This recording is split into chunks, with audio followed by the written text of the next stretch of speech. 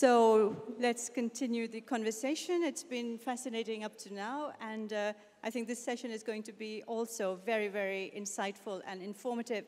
So just a few words of introduction. The global energy outlook, as we all know, is becoming increasingly complex and complicated. There are changes in geostrategic power balances, energy supply and demand scenarios keep changing as well, and energy prices, as we heard earlier, are very volatile. At the same time, technological advances are taking place. And there is momentum growing, despite what Jim said. I think there is a political momentum growing in favor of better climate policies. So let me introduce to you our panelists who are going to do some crystal ball gazing about what happens in 2030. To my left, Kamel Ben Nasser, Director for Sustainable Energy Policy and Technology at the International Energy Agency, IEA, and former Tunisian Minister for Industry, Energy and Mines. Thank you, Kamel, for being here. Sonia Chiriko, Indrebo, Senior Vice President. I'm sorry, I may have mispronounced your name, but... Okay, great. Achebe Chiriko. Senior Vice President for Strategy and the New Energy Solutions of Statoil. John Cooper, Executive Director of Fuels Europe, and Seb Henbest, Head of Europe, Middle East and Africa at Bloomberg News Agency. Thank you very much for being here. Let me also introduce my co-moderator. I hadn't forgotten you, Siobhan. I'm relying on you, actually. Siobhan, just quickly introduce yourself as well, please. My name is Siobhan Hall, and I am a journalist with Platts specializing in EU energy policy. Great, so let's get the ball rolling. Kamel, first question for you. So we've talked about this changing global energy landscape. In your view, what are the new policies, the new technologies, and the new actors that we'll see emerging on this landscape, already a crowded landscape, in the years to come? Rules of the game, for those who haven't been here. You have 5 minutes. Clock will be ticking. You'll be able to see it. But we'll keep coming back to you and all the others with follow-up questions, please. Good morning, everyone. As you know, we in the International Energy Agency, we are publishing a number of outlooks for energy consumption and energy demand, as well as for energy technologies. I just wanted to refer to two key publications that are available. One is the Energy and Climate Outlook, which looks at the 2030 horizon, and especially with the INDCs that have been submitted. And the second one is the Energy Technology Perspectives that was published about 3 months ago, which looks at the portfolio of technology. So the news from those publications is that, one, there is progress in the energy sector, which represents 2/3 of the emissions, but that's not enough. And why is that not enough? The pace at which we should be, even including the INDCs, is not going to be sufficient. So where do we go from there? We have a short term and we have a longer term. The short term is with policies and in order to do a number of things. One of them is to increase energy efficiency, and the second thing is to switch from the big gas emitters and the old plants to newer plants. So that is the shorter term. And third one is on renewables, is to enhance the renewable deployment. 2014 was a remarkable year in the sense that more than 50% of the new capacity in electricity generation has come from renewables. So that is really a landmark in the history of energy. On the technology side, we need to look at future deployment and innovation encouragement. From that standpoint, we are not doing enough. We're not doing enough. At that pace, we will still be far from reaching the goal of the 2-degree scenarios. So we need to have a portfolio of technologies. We are not advocating one set of technologies, which could be renewable, or we need a portfolio of technologies, and this portfolio should enable us, if we quasi-double the investment in technologies, to reach our targets. So that is these are the main conclusions from this study. And I want to also draw your attention that we are, in the next couple of weeks, publishing a full analysis of the INDCs, and this would take into account all the contribution. Thank you. Kamil, just a quick follow-up, because you still have a minute and a few seconds. Which are the countries or which are the companies that are sort of leading this innovation technology game? So on the technology side, we see, and that's also a remarkable one, is that we see in clean technologies development and deployment from both OECD and non-OECD countries. So from that standpoint, it's very good news. But what we need to do, really, as an international society, is to encourage more coordination in this technology development, because definitely we don't want to do over-duplications of technology development. We want to make sure that we capture the lessons learned from one place and take them somewhere else. Thank you, Kamil. Sonia, so how are companies like yours developing these new energy technologies, and what do you think about what Kamil just said about the need to coordinate, or at least talk to each other about what's happening in the new world?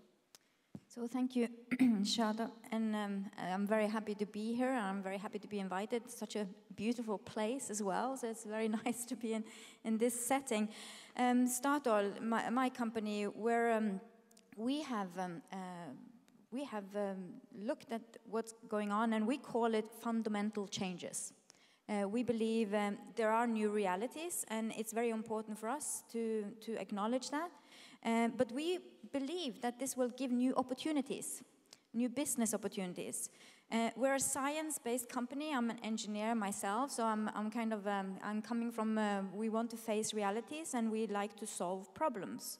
So being a science-based company, we believe the future has to be low carbon. That's important for us. But what we want to be, Statoil wants to be a future-fit energy provider for a low carbon world, because we need energy. The whole world needs energy. So doing this in the most conscious way, that's what we want to do. It drives our innovation. We need to think differently. We need to address this in various forms. But we want to be part of the solution. And not just for EU, we also want to be for the world. And we are a big gas provider to Europe, and we want to continue to do that in the most efficient way and the low carbon way. So even in a 2-degree scenario, acknowledgements from the IEA is also there will be oil and gas need for energy in that setting as well. But it's important for us to acknowledge that for decades we will need it, and we will have to do it, but we will do it in the most carbon efficient way of producing that form of energy, because that is possible, and we just have to chase those opportunities. And we believe the demand for renewable energy is growing, and we look at that as an opportunity. We want to capture this growth and build a profitable, scalable, renewable business in Statoil.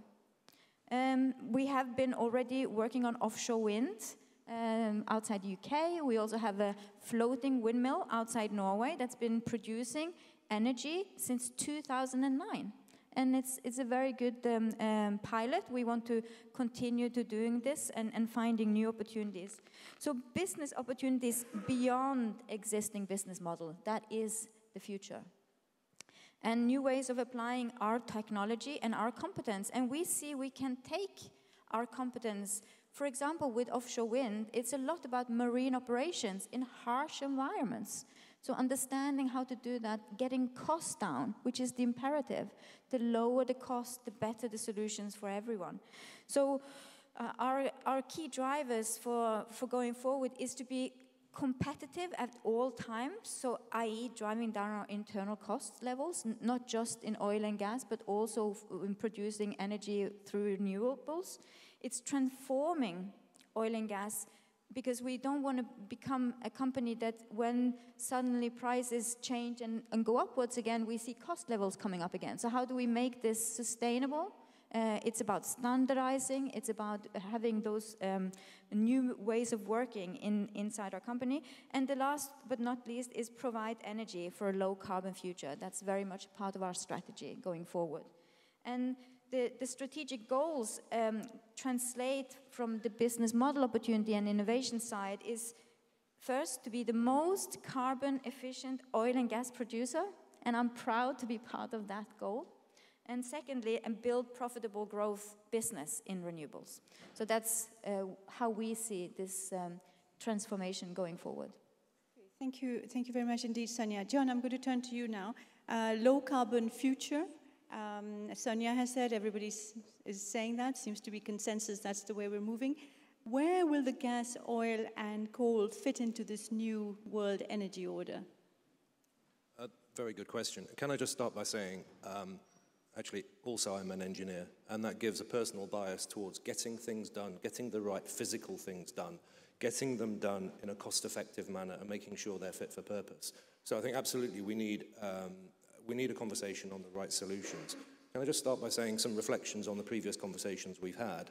We've had an extensive discussion about how climate finance can work, and also putting a cost of carbon or a price of carbon onto the use of fossil fuels. Very useful discussion, and also very interesting contribution as well from James as well. There was one point I think I would beg to differ with James, and that is, what do you do with the money from applying a price to carbon? And certainly I think returning it to the people is a democratic, it's a very interesting solution. I would like to offer a different one, that is, you spend the money on projects for decarbonisation. That is actually the principle behind the European cap-and-trade system that Peter Visser was talking about.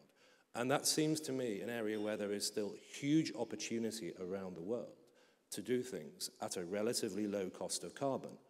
And if we start to look, even in Europe, buildings efficiency, for example, is an important thing we should be looking at. Outside of Europe, gas flaring and venting. I mean, actually, gas flaring and venting is still a major issue around the world. The oil companies, the independent international oil companies have done a huge effort to improve there, but some of the national oil companies of the world are huge offenders in terms of flaring and venting of gas, and it's a massive contributor. Carbon capture and storage will play a role at some point when it's cost effective and the cost is coming down.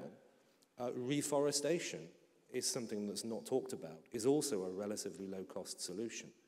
The role of oil and gas can, for some time, be, with a price of carbon applied, to be paying other sectors to make the most cost-effective solutions.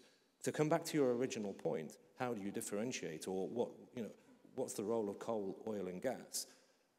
The logical strategy, as we see it, is essentially one that was set out by the IEA some years ago with their cost decarbonisation curve, which essentially means that we progress along that curve, using the solutions with the lowest cost first, and then, I think to the point that James made, a rising cost of carbon through the strategy. And so the way you then make choices in what fuels you use and do not use concerns the cost of the alternative. And today we see, for example, the cost switching between coal and gas is essentially quite similar to the ETS price, and that's the main setter of the ETS price, albeit with some distortions because of overhang from the European recession.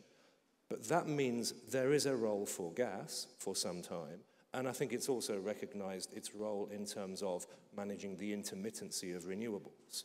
Also, because of renewables like solar and wind, they have come down a lot in price. The cost of switching between coal and those renewables is also a very low carbon price.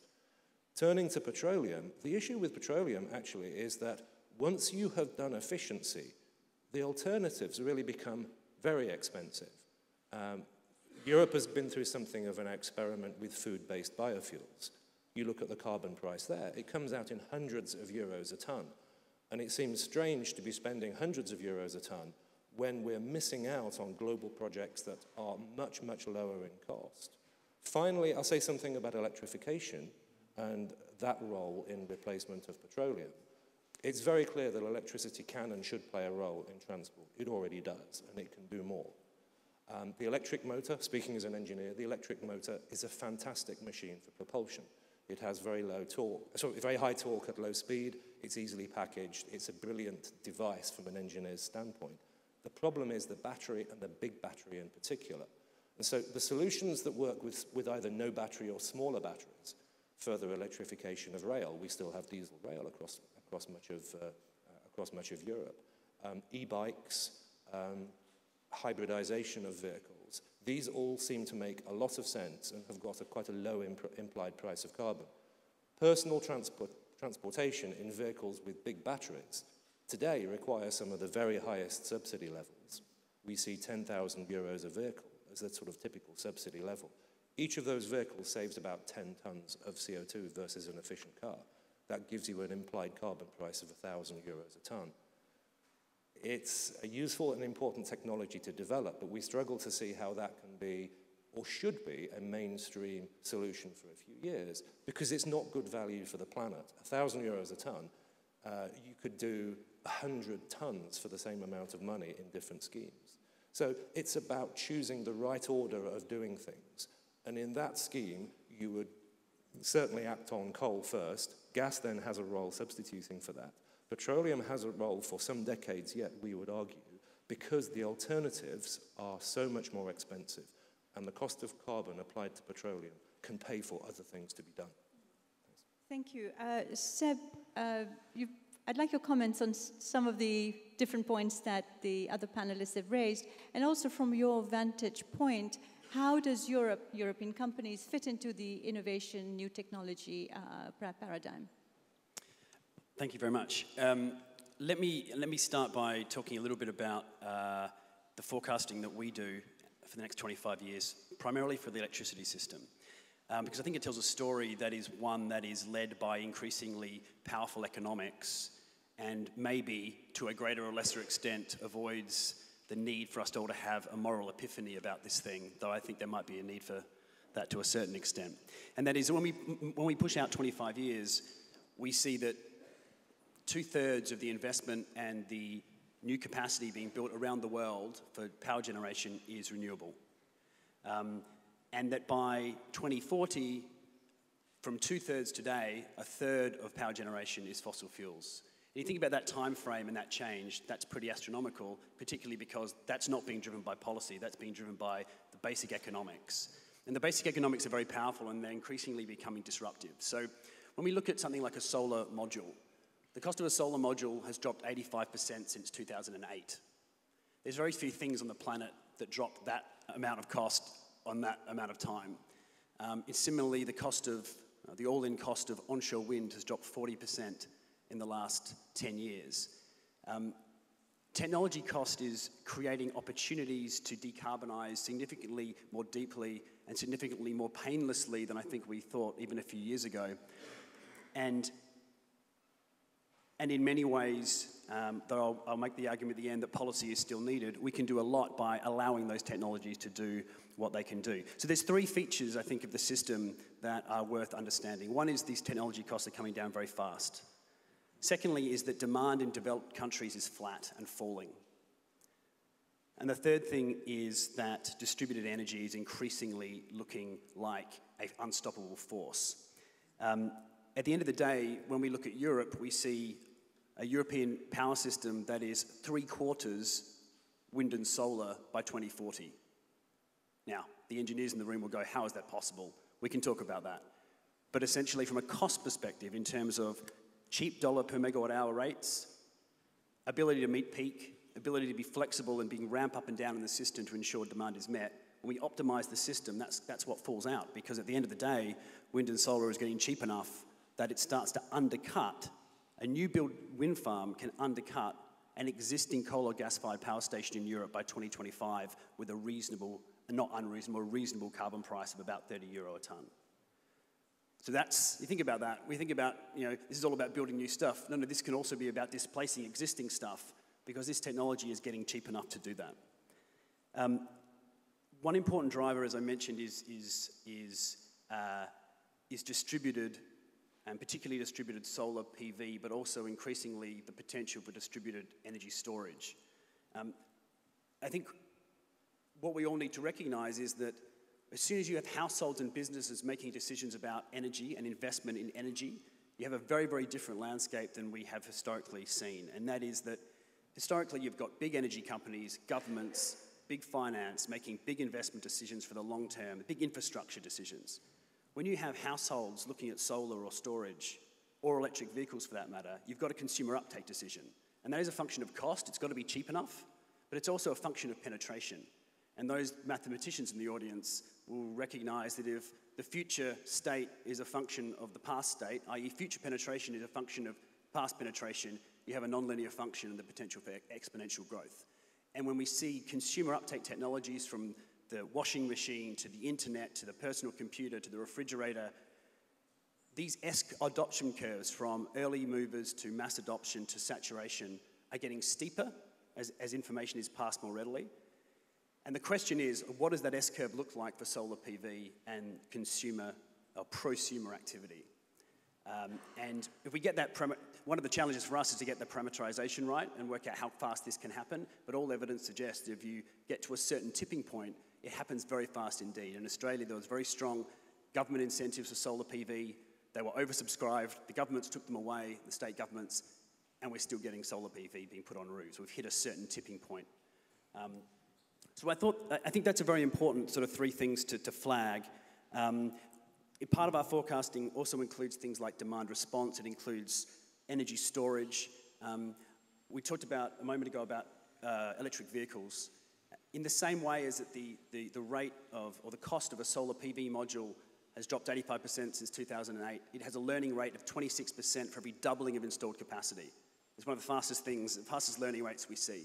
Wind has about a 19%. Lithium-ion batteries, though they've only got a much shorter time series, have about 15.5% learning rate. So when you've got Elon Musk standing up there like an Apple CEO talking about the future and pointing to a sexy battery system you can have in your garage, I think we're on a trajectory that suggests that behavioral change is not about pain, it's about the future. And that future can look sexy, be more functional, and be more empowering. And I think that's one of the major drivers that we need to embrace and put policies in place to help support. Okay, and I know I didn't answer your question. Oh, well, we'll maybe come back to that later. Thank you, Seb. So just to pick up on what you were just saying, you're essentially saying that if the consumers want it, they'll pay for it, and they won't mind that it's more expensive than a cost curve that an engineer has worked out to say things are cheaper. Well, I mean, in Australia right now, a standard-sized solar PV system has a payback period of 2 to 3 years.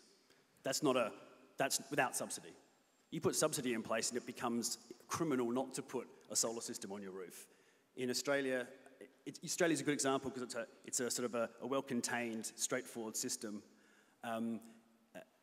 The major utilities, Origin Energy and AGL Energy, are looking at products that package solar PV storage systems with a control matrix that enables them to offer a product to the customer that is cheaper than their retail bill, but gives them not only market share downstream, but also the ability to control the supply side, manage frequency, provides auxiliary services that can get a payment as well.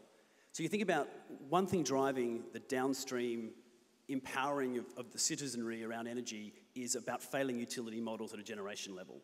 And you've got very big, very important companies that have been around a long time selling electrons, and that's their business. And with weak demand, increased renewable energy in developed countries, they're not making any money. And you look at their share prices reflect them not making any money, in a lot of trouble. So they're all looking downstream at the consumer. And you get that amount of momentum from these very big players pushing downstream, and add to that new entrants, and whether it be Apple or Google who are looking at this space, whether it be security companies, telecoms who are all trying to own the customer, you have a sort of critical mass of innovation and activity, and a critical mass suggests that there will be new products and services that drive this a lot faster, I think, than if we were relying on governments and large-scale infrastructure decisions. Okay, thank you, Seb. So I'd like to come back to Kamal and ask if you agree with what Seb has just said. I mean, is that what you're seeing in the IA in overall, that consumers are driving the demand for innovation? And also, we were talking about the cost curves. Are you looking at transport? Because transport is such a difficult nut to crack, isn't it? Yeah, so I would say it's not only consumers that drive innovation and new technology introduction. You need to have the right policies in order to encourage that. And perhaps at the consumer level, it's clearer, but if you look at bigger investment, you need absolutely to have the policies that would encourage that. I wanted just to come back to some of the points that were made earlier about different technologies. Oil and gas, as I think, Sonia, you mentioned, is a technology that we can have producing at a with much better efficiency. You talked, John, about flaring. Today, there is such a big potential for increasing the efficiency of recovering the oil and gas. The average recovery rate today in oil and gas is only 35%. If we can increase that to 50 or 55%, this will certainly help, because oil and gas, we shouldn't see it as only being the CO2 emission. It's actually displacing coal. I'm going to give you an example of how synergies could work between different technologies. Today, in Oman, there is a very interesting experiment of doing enhanced oil recovery by using energy from renewables to produce heat that would be used for enhanced oil recovery. This could be used in places like Canada for the heavy oil. So there are synergies between those technologies that could be exploited to produce more efficiently what we have. And as John made the great point about flaring, we absolutely need, as a society, to reduce this amount of flaring. You have places in West Africa where the amount of flaring was enough to generate electricity for the whole country. So it's a triple waste. Well, just to follow up on that, I mean, obviously you have a global view of things. Yeah. Should Europe not be doing anything in Europe and should be focusing on cutting flaring in West Africa? I mean, certainly there should be a global agreement about flaring reduction. There should also be the proper market conditions in those markets to enable monetization of the gas, because often, extracting the gas and using it, because of the local policies for electricity cost, is not worth the money. So there needs to be an incentive for using that gas. Perhaps, John, you have a point on that. So I was going to come in and explore this whole point of Europe's role and consider, as we approach COP21 in Paris, what should leadership look like for Europe? I think that's really the key question. We live in a globalized world. We also live in a world with free trade.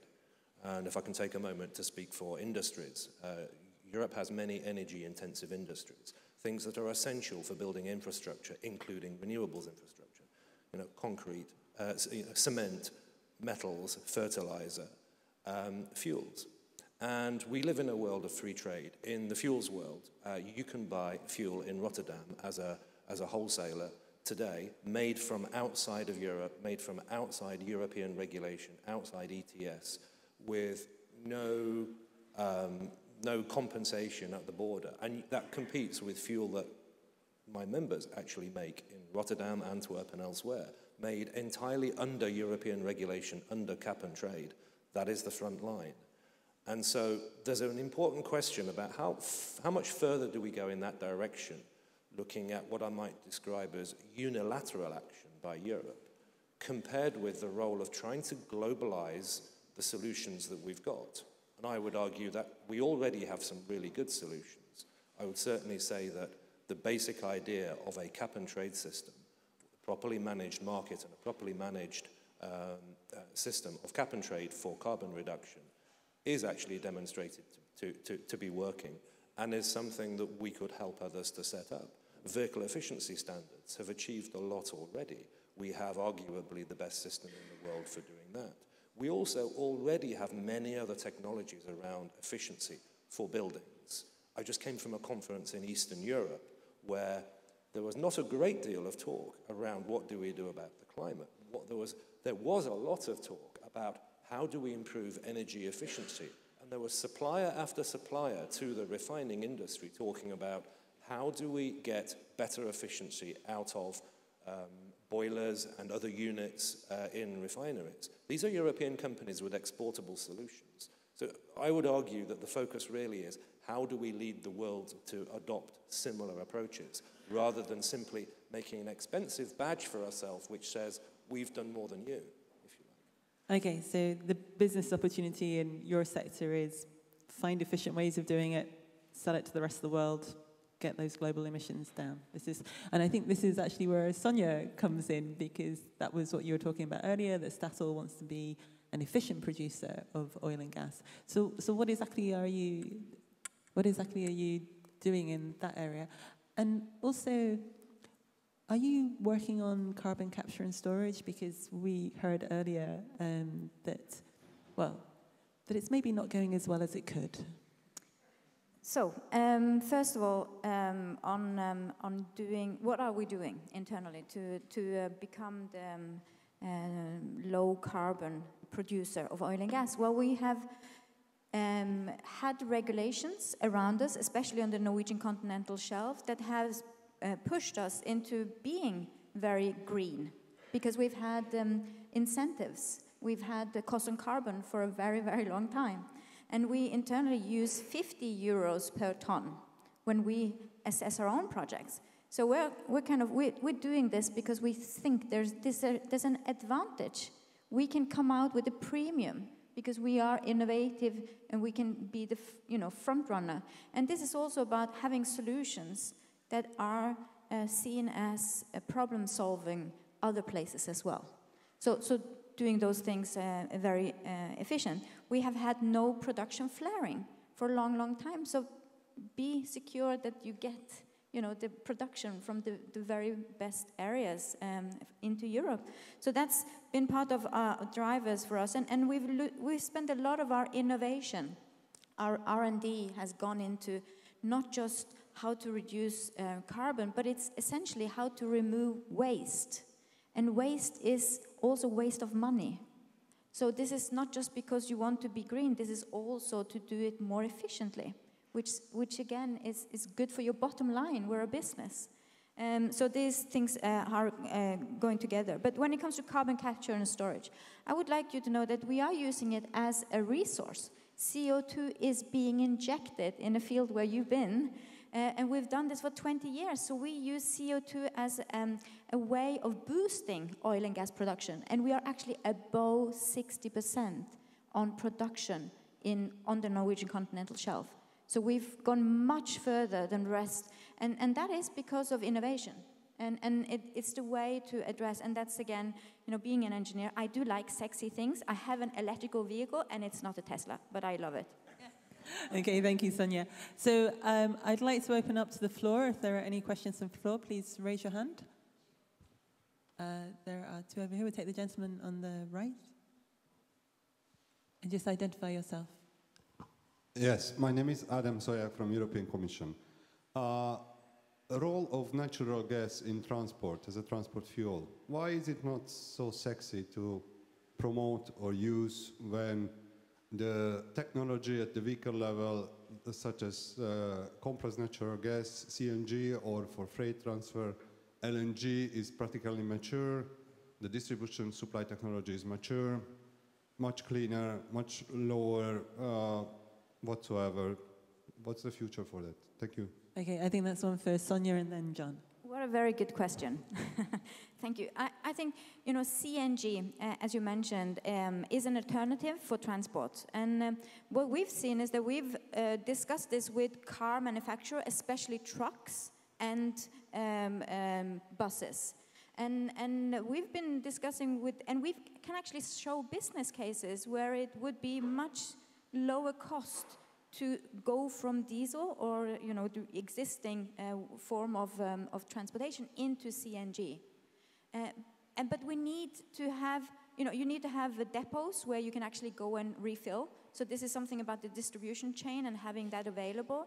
But especially, you know, some big consumers of this kind of thing, not the regular car, but the more into the bigger, they would definitely benefit from this. So yes, we are very much for it, and we would like to have those opportunities, and we believe gas can have a role in transportation.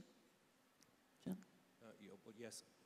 Quickly, you're absolutely right. The technology exists today. I think the key difference between Europe and the US is the gas price and therefore the economics of making the conversion or the switch. In the US, we have a gas price that is, about a quarter of the European price. The other important aspect for getting things right with either CNG or LNG, in order to have a lower carbon solution, you've got to make sure that there are no leaks, quite bluntly, because methane itself is a powerful greenhouse gas, so the technology has to be very robust. But you're right, it does exist. It will certainly be something of a solution, we believe, for North America. It will have a role in North America. It may also have a role as LNG in shipping. For Europe, the technology has been around. The economics for making that switch are rather challenging, as I understand them. Okay, so are there more questions? More questions from the floor? Okay, we'll take both questions. If the lady in the front first. Thanks, Kitty van Nijden, World Resources Institute. I heard a couple of people say that it's very good that oil and gas are pushing out coal, and we'd agree with that. I also hear oil and gas will be with us for decades. How does that sit with a long-term goal of a full decarbonized economy in the not-too-distant future, picking back on what was just said on financial risks embedded in this type of infrastructure? What do you see as a long-term future by 2050? Thanks. Excellent question. And there was another one here we'll just take as well.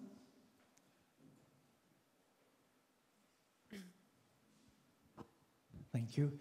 Very brief. I'm a bit, allow me to be a bit blunt, but I'm a bit... I'm sorry, could you just say where you're from? Yeah, Jean-Pierre Renat. I'm working for the Ministry of Foreign Affairs in Belgium, but this intervention is not as an official, it's more as a citizen, if you allow me. So very quickly, I'm a bit surprised of the discrepancy between the two senses of emergency, between Mr. Hansen and between the panelists. So I'm quite reassured and calm to see how relaxed and cool you all are to see, well, that the future is, let's say, bright.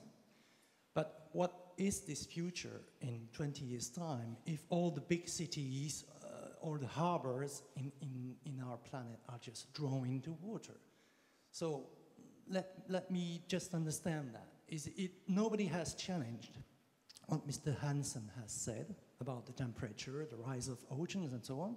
So there is something that I ignore that makes you very cool to say, okay, that's fine, we will avoid that, and all the future technologies will help us. So what's your sense of emergency?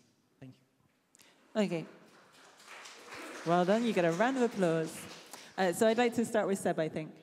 Can I start with the first one? I think the second one is a slightly more complex one, which someone else might want to tackle. But no, when the elephant in the room is pointed out, it's always an awkward moment for everyone who's pretending it's not there. So in terms of the future of coal, oil, and gas, I think we've got to be careful with this presumption that gas is some sort of bridging fuel. And the reason I say that is because when we look at the rate of decline in renewable energy costs, it's not clear to us that gas is going to be more competitive than those technologies from today out to the next 25 years. Today, it's cheaper to produce a megawatt hour of electricity in the UK, Germany, California, Australia, the list goes on, with onshore wind. It just is. Part of that is to do with the technology, parts to do with the reputational risk associated with financing these things, the carbon risk associated with potentially higher carbon prices in the future. In the US, yes, gas is cheap, and there's a lot of gas development going on, and we would expect that. But I think when you think about the lifetime profitability of these assets, it's not clear to me that this bridging fuel idea is actually going to come to pass. And in terms of the breakdown, I mean, there's a huge amount of decarbonisation we think is happening in Europe, partly to do with emission standards, partly to do with carbon prices, partly to do with the cost of renewable energy, and general desire to make these sort of changes. You look at the US, it's not as fast, but it's happening. Gas is sort of helping to decarbonize. Even China with their pollution issues. But when you look out, aggregate this up to the world, you see a huge amount of coal still online in 2040. In fact, fossil fuel capacity, netted off retirements, we have growing 30% over the next 25 years, which is completely inconsistent with any sort of carbon reduction that makes sense in terms of anything close to 2 degrees. So it seems to me that actually places like Europe are doing a lot, and the coal contribution over the next 25 years is declining, we think, very, very rapidly. And it's countries outside of Europe where it's the exact opposite. You look into Southeast Asia, to India in particular, and to China over the next 15 years. Beyond that, I think it starts to turn the corner. There's a huge amount of coal development. And there's a huge amount of coal development because it's cheap, it's available, and their priority is development. And so, in many ways, the real question for me is, what is the frame of reference that those countries need to view this problem through in order for them to make decisions about long-term energy investments that are low carbon? And so maybe air quality is the one. And I mentioned this last night at the dinner, but I think the greatest intervention anyone could make is to airdrop air pollution readers, air pollution meters to every school, to every household, with a little note that said, actually, this is the WHO standards, and just see what happens. So I think that's the major. The other thing I wanted to mention was CCS. It gets talked about. It's part of the wedges. The IPCC has CCS as some sort of savior technology. And the thing I wanted to say was, from what we see in terms of the costs and the technology development and the activity on the ground in terms of projects and investment, CCS is the technology that people invoke to avoid having a complicated discussion about the future of coal and fossil fuels, because we don't even cover it anymore. We do 1 report a year. We used to do 4 reports a year. And that's because there's no activity. So I think that if we want to see CCS as a real solution, the industry has to spend a huge amount of R&D budget, or as much R&D budget on CCS as they do on lobbying on the political side of things. And I think we could see some traction, and then coal could be a part of the future energy mix. Okay, thank you, Seb. So now we're going to pass to Kamal, who's going to take up the difficult question of whether we're all a bit smug on this panel about what's happening. So the sense of urgency is there. We have been advocating for the last few years that every year that we will wait, there is a significant cost of inaction.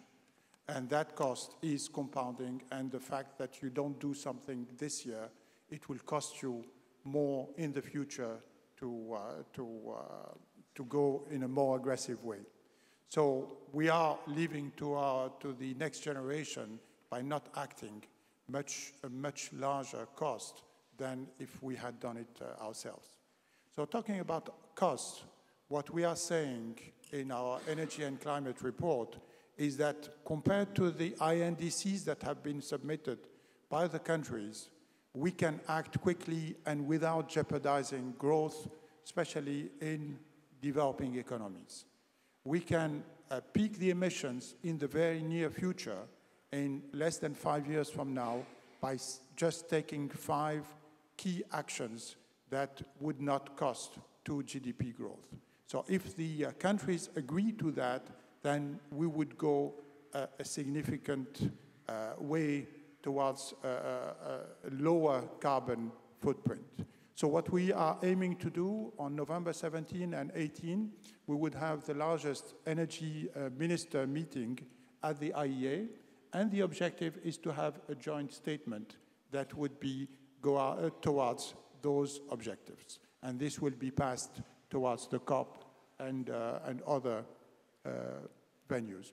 Now, regarding the first point about zero or less carbon, I think John you mentioned it earlier as far as the decarbonization curve.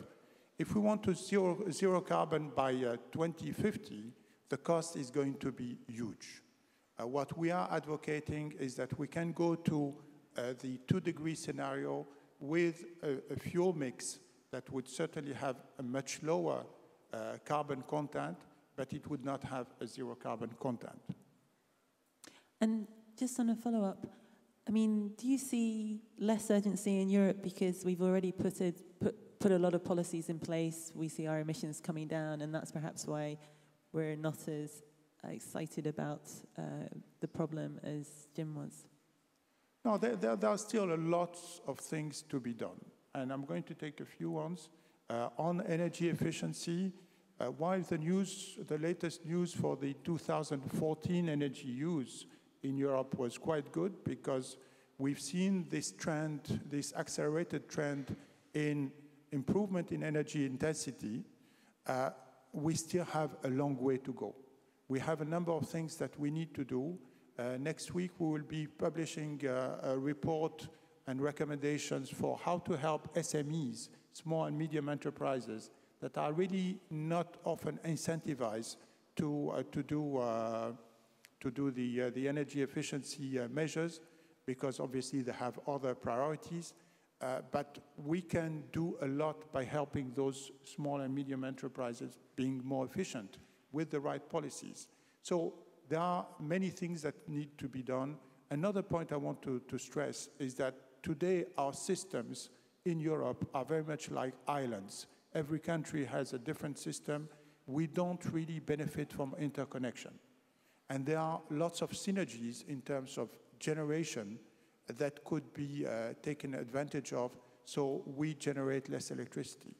If we consider some countries, the electricity generation is designed for the peak season, but the peak season in one country is not the peak season in another country. So there are lots of synergies that could be done by better interconnecting at the country level. Okay, thank you, Kamal. Now, John, do you think there is a lack of urgency among your members about the changes that are coming? I mean, we heard about, obviously there's a lot of lobbying that goes on to limit the impact on companies and their business models, but you talked earlier about efficiency standards for vehicles and so on. I mean, are your members pushing this? Well, I don't think it's a lack of urgency. I think we have to be honest. What we're talking about is, how does Europe inspire or lead the rest of the world to follow as well? And I think we've heard from James, and there are several other commentators as well, that say Europe cannot solve this problem. I believe it's been calculated, if we took our emissions down to 0 tomorrow, the temperature change difference that it would make would be minute. And so it's not a lack of urgency. It's really hard to work out what the right pathway is to actually get the rest of the world to move on. And yes, I do believe that Europe has already done a great deal of things already. In terms of placing a cost on carbon, I mean, you just look at across the OECD, in particular in Europe, the cost on road transport fuel from motor fuel duty, if you describe that as a cost of carbon, something the government of Belgium applies, as do almost all governments across Europe, you calculate that out, it comes out at 300 or 400 or 500 euros per ton of carbon, far in excess of the proposals that are being made for a global solution. It's deeply embedded in society as a choice, and the governments participate as much as the customers, even more than the oil companies themselves in terms of the total revenue. But in terms of the actions that we've taken, efficiency, putting duties on transport fuels, and driving efficiency through ETS and other things, there's already a lot that Europe has done. Question is, how do we get others to step up and level the playing field so that we can actually move to a lower carbon economy without creating huge trade distortions and risking jobs and growth? Okay, thank you, John. And Sonia, I mean, we're back to Statoil. You're an oil and gas company. You want to be carbon efficient. Where does Statoil see itself in a decarbonized economy in 10, 20, 30 years' time? So a completely decarbonized economy was 2050, I guess. So it's more than 10 years in time. But the road to get to that place needs to be driven through what can be done, but the sense of urgency is definitely there. So it's pushing the limits, pushing the opportunities, and always looking for what could it be like, what could be the next level. But I think from this kind of level, I think it's also something important to think about on the individual levels, because companies and governments, I guess we can't do everything. We're also personal. We're people. And it's also about our behavioral change. Because when you talk about getting down the energy consumption, you know, we need to use less. I mentioned at dinner yesterday, I have a daughter who's a vegan because she believes if everyone stopped eating meat for just one day a week, we wouldn't have a CO2 problem. And that's also calculations around, you know, meat production. So I think there's something about not looking at this as black and white, you know, get rid of oil and gas and you're fine. You're not. This is not a very easy issue.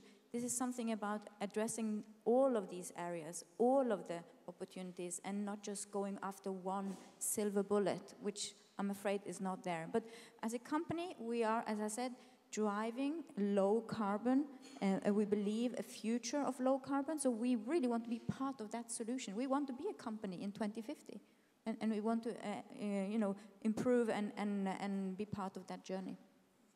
Excellent. So Shada, I think you wanted to come in now. Yeah, I just wanted to come in because I think John raised a very good point about Europe is doing its bit, but it's the others that are really not stepping up to the plate. But, you know, we have a Global Europe program as well at Friends of Europe, and a lot of the Asians, the Africans, the Latin Americans we talk to do, in fact, have domestic programs where they are fighting very hard to get into low-carbon landscapes. So I really do want to ask you, Kamil, as well, because there are domestic constraints. But the main thing is, I think it's not these conferences maybe that do the deal. It's the civil society in these countries, the people, the daughters and the sons, and people like Arundhati Roy in India, for instance, who are really campaigning at a grassroots level. And I think the consciousness is growing. The only problem is it's not reaching the top very hard. But even in China, I think James will agree, even in China, they are responsive to the people. I wonder if, Kamil, you could talk to me a little bit about that. Okay, so if we look at the non-OECD countries, we have a whole variety of conditions. We have countries that are relatively developed, but they do suffer from a big problem which is called fossil fuel subsidies. And today, fossil fuel subsidies is really disrupting the consumption behavior. Those subsidies generally don't go to the people that need them the most. They go to, let's say, wealthier people. And in terms of energy consumption, we see in some countries average fuel efficiency, which is far higher than the highest levels in OECD countries, just because there is no incentive. In some places, the cost of gasoline is 1 cent per liter. So what is the incentive there to have more efficient cars? So one of the things that we are advocating in those countries is that there needs to be a global agreement on reducing fossil fuel subsidies. Okay, so that's the first point. The second point is we need to make sure that the best practices that have been developed in Europe or in other OECD areas are actually passed on to the different stakeholders in the emerging economies. And this is done through a variety of programs. The IEA is doing some of them, and a number of organizations are doing it. So what we need to do is make sure that we involve the right stakeholders in this dialogue. Thank you very much, Kamil. So that's as much as we have time for today. It's been a very interesting debate. We're going to take a short break now until 12:30. And I would just like to invite you to thank the panelists. Oh, sorry, hold on. Did you want to say something? Actually, I wanted to make if I could make one final contribution, just to build on the point about subsidies. We completely agree. The fuels industry in Europe is quite united that subsidies is the wrong thing, and that to the point that you make about other countries that do have subsidies, it actually spoils, for example, an opportunity. The example I would give is, in Europe here, we have a car industry that produces very efficient cars. And as long as we make sure they meet the air quality emission standards, which they can do, and the technology has demonstrated that they can do, then we have an extremely good exportable solution. They're not very attractive in countries where the gasoline is 1 cent a litre. Here in Europe, we would say, you look at road transport fuels, the question of subsidies absolutely does not apply. Quite the opposite. We're a major funder, 270 billion euros a year in revenue to the governments of Europe. So simply the point is that the point about subsidies is well taken. Thank you. Okay, so we're clear there. No to fuel subsidies. That's the final message of this particular session. If you could all be back by 12:30, there is coffee in the room outside. Thank you.